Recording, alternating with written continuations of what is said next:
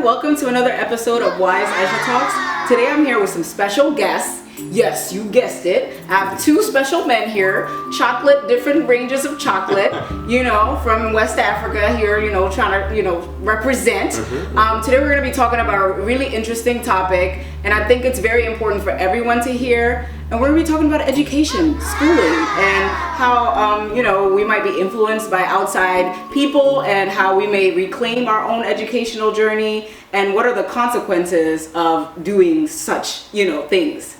So let's get into it. Before we start, I would like for the two guys to introduce themselves. So you can go ahead and just say your name, your major maybe. Give us an idea of who you are. Right, so hello everybody, my name is Ibrahim Awon. I'm from Senegal in West Africa. So I've been living in LA for 2 years and a half now. I am studying computer science at Santa Monica College and I'm transferring this fall. So yeah, I'm 20 years old. Great.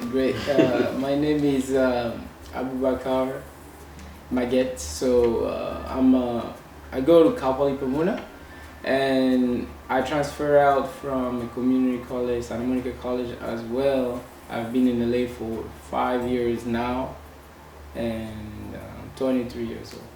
How do you, what is your earliest or latest memory of, when you started to reclaim your own educational journey?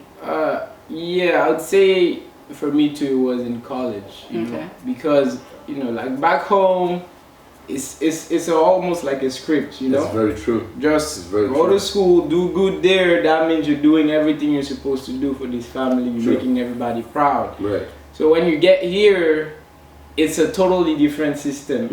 Everything is different. I didn't even know about community college and university, all this stuff. I thought I was just put there and then I would just do 3 years and come out with a degree. It was the same for me. It was the same for me. Exactly. So you're put in a totally new environment. The language barrier was there. A lot of things, but eventually from little mistakes like that, you learn here and there. So I would say I started reclaiming my own educational career or my dream when I was after first year at SMC. After that year, because the first classes are always like a banger. It kind of wakes you up like, yo, this is not the same thing. This is different. I have to be on my A game and all this stuff. And then eventually you learn through the process, and I realized I needed to figure out what I wanted to do for myself, and also to know what I can really help the world with, not just what my parents had told me to do and all this stuff.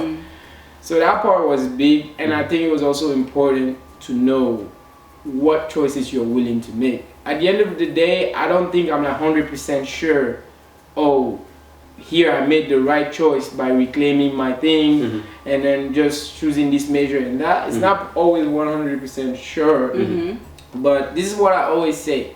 You have to make a circle and try to fit the things that matters to you the most into the circle.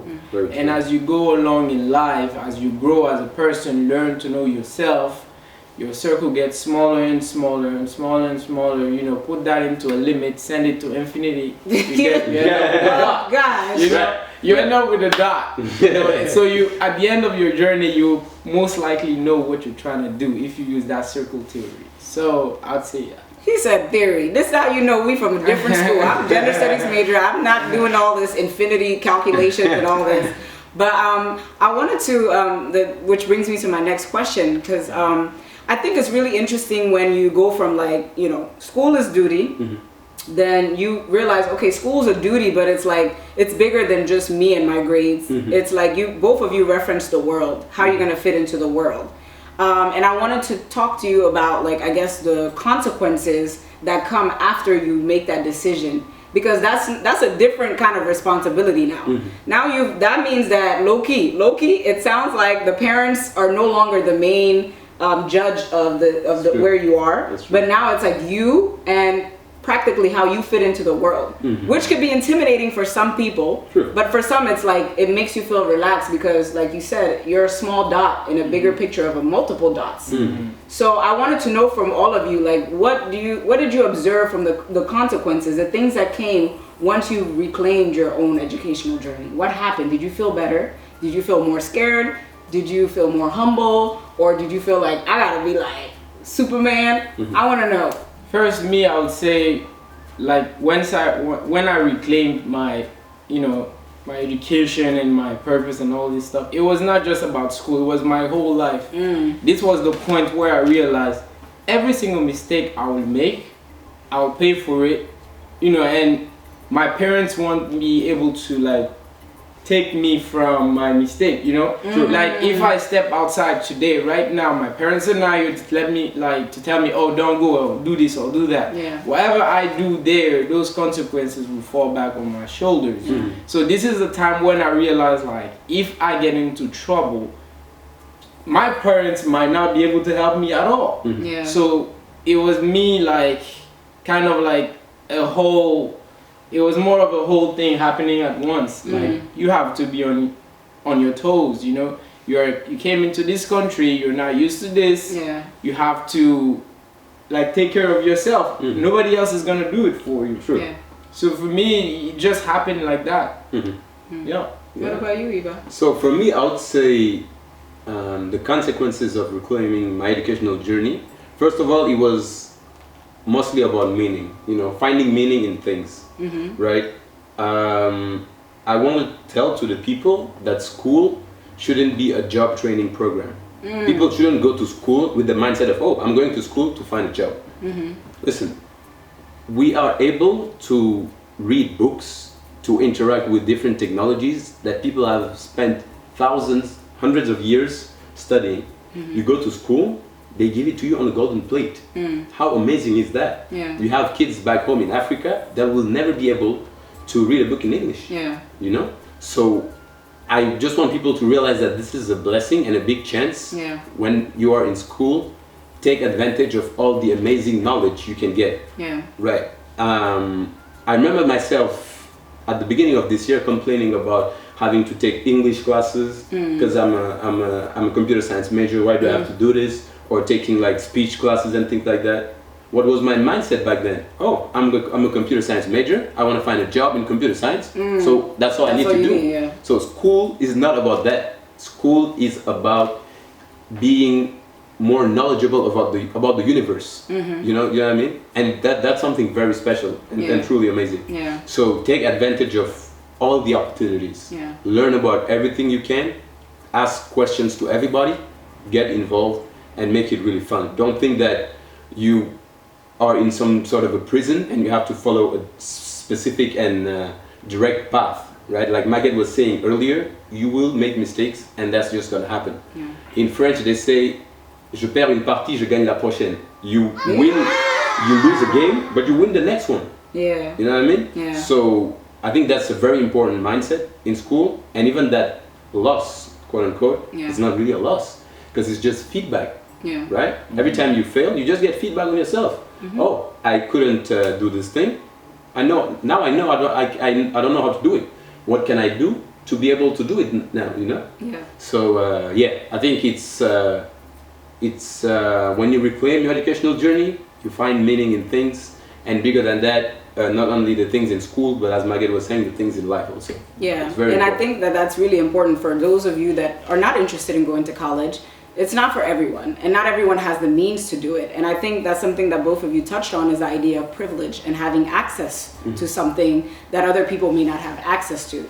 So setting the standard of saying, you know, you have to go to college to be considered smart is not necessarily relevant, especially in our days today. Like, there's so many college dropouts that end up creating billion-dollar companies, tech companies, and, you know, finding cures for different like diseases. So school is a place, is an environment where you can learn. It's like everyone knows that's for educating yourself.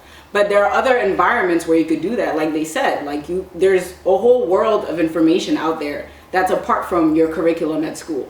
So I just want to say that to all the people who are like, I'm not trying to go to college. I understand you don't have to go to college to learn. You don't have to go to college to master your skills, but it's always good to have a good circle of information so that when you go out into the world, you're not just going with just one trade, which is something Iba talked about too, is like computer science only. Like, how would he have been able to even have a conversation here if he was just focusing on his computer science classes? Think about it. Right. You get what I'm saying? So I think it's like everything is important when it comes to learning.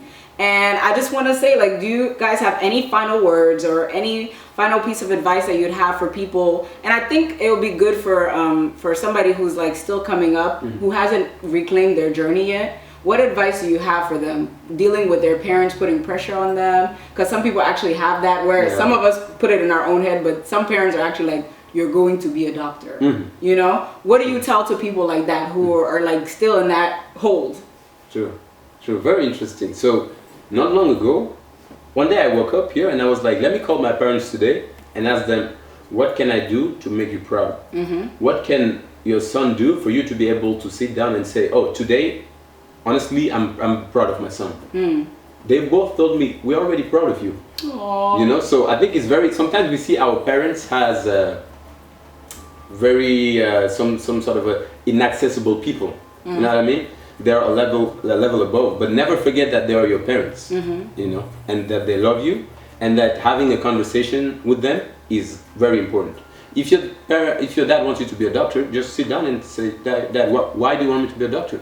Like, what is the reason? Like, for real though, you know? I think they will never answer, I just want you to be a doctor, and that's it.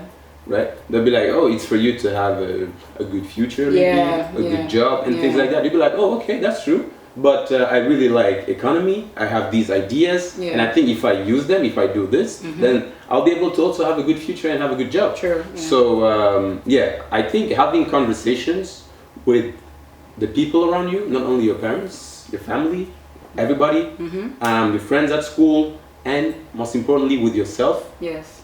Always, please sit down and talk to yourself. That's something we forget to do, especially when we get caught up in the routine of going to school and just doing what you have to do. Sit down, talk to yourself, and ask yourself why you're doing these things and what you want to get out of it. Okay, so kind of like take it from where Eva left it off. Like, one of the biggest thing I like to do is when I meet people who are like way older than me, like in another generation, when they're like 10 years old, I always, when I have conversation with them, I always try to ask them questions like, what would you have done differently? True. Like, if you were able to go back in time at like my age, what do you think, what mistakes you make? Because I don't think we have to make some mistakes to learn from them. We don't have to make all, we don't have to make all those mistakes and learn from all of them. We could just learn from people who have made who have made those mistakes already. So I think that's one of the things that I've noticed, like our generation, people usually tend to not speak to like older generations like that, because they're like, oh, they're just gonna lesson me. Intimidating. Listen, it's a conversation. They give, you take what you can and what you need, and the rest is out there. Listen to people and get information. Information is power. Even if you know, you know, you're an engineer, you studied all this stuff, but you're not informed on how to use that technology to address different problems or to make money, you're just a puppet. True. So information is really key. Talk to people who have information and, you know, keep on adding those loads of information, and from there you can go to wherever you want to go. And also, like he was saying, even if you don't know what you want to do in life, I know some of these students are like, oh, I don't know what major to choose, I don't know this, I don't know that. Fine, there are community colleges. It's not what people think it is. We all went to a community college here. She goes to UCLA, I go to Cal Poly Pomona. She's graduating, I'm also graduating, he's going to San Jose. These are all great schools. So if you don't know what you want to do, you're still young, you don't want to be wasting too much time. Take some couple class, even if it's one class a semester, general education, to kind of like they were saying, know more about the universe, kind of have like a holistic view of knowledge, you know, and then from there you can go. Later on, when you will decide, oh, this is what I want to do, you will have accumulated a lot of information at school, meeting your peers. I wanted to become an engineer. I decided that because I was in an environment where I was getting information from people. Oh, this, that, this school, that school. That's what made me what I am today. Because I came here, I didn't know what was a community college. But today I'm about to graduate. So that's what I'm saying. Like, just keep going. Don't give up. get out there, socialize with people, because we won't make it alone. You know, when you're alone, you won't go far. That's for sure. Yeah. So I want to thank the guys, and I really want to, I think you guys covered everything. Last thing I would like to say to everybody is, the final thing is, follow your intuition and your gut. You can tell when you're betraying yourself. You can feel it in your stomach when you make a decision and you know that you're doing something wrong. Be conscious in everything that you're doing in life. Education is one of those important things, because when you're going into school, you're also investing financially. So don't go to school if you feel like in your gut it's not the right time. And if you feel like you're doing the wrong major, have discussions, like Iba said, discussions, or both of them even mentioned, talk to different people and venture out and see what's best for you. You don't want to invest money and time into something that doesn't work for you. It's only going to hold you back, nobody else back. So I pray that everyone gets everything that they want in this world, and that everyone has like a blessed journey towards the educational path, or just their life and their educational path outside of school even. Sure. And thank you for tuning in to another episode of Wise Aisha Talks. I'll make sure to have their Instagram tag below. You can go follow them, you know, comment below, let us know what you think. How has your educational journey been? You know what I'm saying? And I may even have them for another episode. For sure. Bye.